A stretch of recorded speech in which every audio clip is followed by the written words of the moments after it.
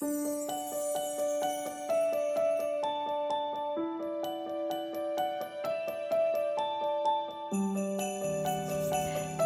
my darlings, welcome to the GeoFossils 2020 Advent Calendar, and this is our day one. I am so pleased that you guys have joined us. Okay, we're going to start off with what is behind day one. Well, behind day one we have Lapis Lazuli. So behind door number one you would have found two pieces. One is this beautiful tumblestone. Okay, now with Lapis Lazuli, personally, the best quality comes from Afghanistan. You can get lapis from Chile and Russia.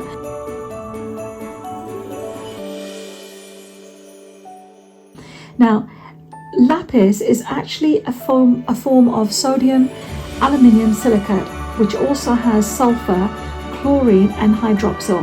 Okay, it has an inclusion of pyrite. So the sparkly gold bits that you see are pyrite.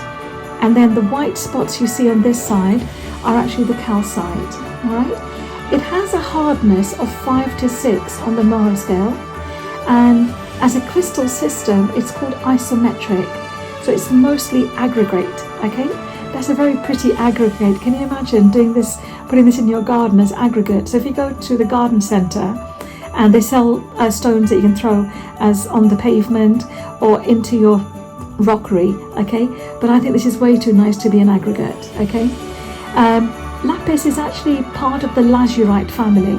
So when you actually see a lazurite, it's a very blue crystal, and then the white calcite around it. Now, just to show you, the other crystal that you would have seen in your door number one is this dull grey looking crystal. Now, this is actually a rough version of lapis. Now, if you've got I tend to use an old toothbrush. So if you've got an old toothbrush handy, and if you give this a lovely clean, this will come out really nice. So what I'm going to do is just dip this into water. I've just dipped that into water, and look how it's changed. So once you've actually taken the time to give this a little clean, okay, it won't be as shiny as your tumblestone, but it will give you a much better idea of how beautiful this crystal can be.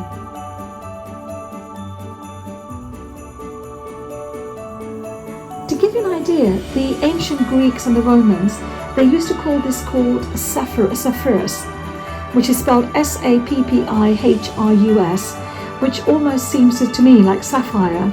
But it was only then, what happened was, in the Middle Ages, that it was actually renamed Lapis Lazuli. Okay, now the Latin name, it actually means blue stone, and this comes from the ancient Persian word, which is lashuvad, okay, which means blue.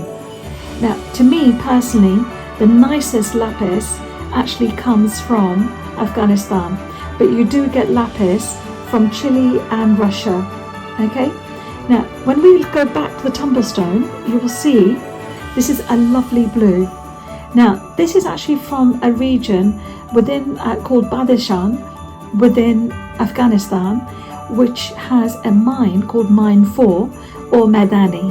Now, what that means is this is the highest grade, okay, without going into thousands, that you can get of lapis. You get the beautiful unctuous blue with the slight speckles of the pyrite. All right.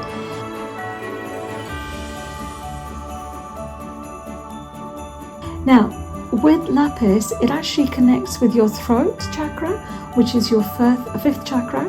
Now, to me, that means truthfulness, communication, okay? But it also connects with your third eye, which is all about inner vision, psychic abilities, okay? So, to me, this is an ideal stone if you're looking to do some traveling. So, if you want to go onto the psychic realm, okay? Onto your angelic realm, you would use this. But if you have a cut, using this, it actually helps to slow down, it helps to coagulate the blood, okay?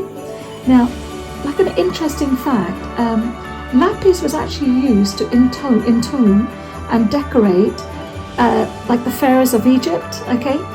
Now, it's also referred to as a stone of royalty and spirituality, okay?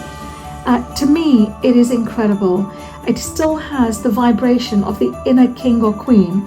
So that's within each one of us, okay?